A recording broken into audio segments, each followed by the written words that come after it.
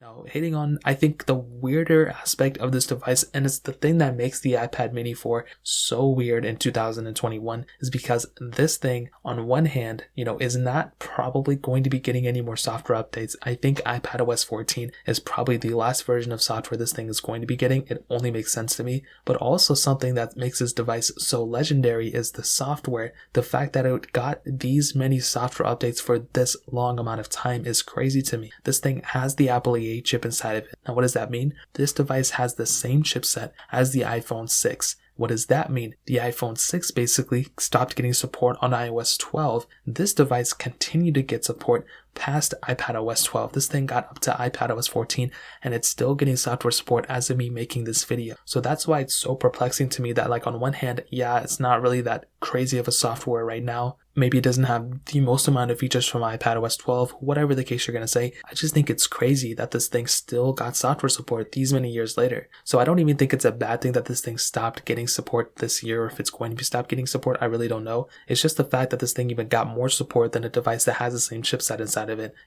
2 versions on top of that. So it's definitely something crazy to me. I'll never really understand it, but it is something that I just can't get it wrapped around my head. So software wise, that's kind of how it covered that thing up. But in terms of the battery life, this is another area where this device, I don't know if it took an Ellen, but 5,124 mAh battery is definitely not, like I said before, the biggest battery size ever. I think it actually decreased from the predecessor, but I would have liked to seen a little bit of an increase in the battery size, something like a 7,000 mAh battery or something. A lot of iPads, I think I just reviewed the iPad 3 and that thing had like an 11,000 mAh battery or something. So it would have been cool if this thing had a bigger battery, but there's really nothing we can do about it anymore. So in terms of, the software and the battery, that really pretty much covers it up here. Now,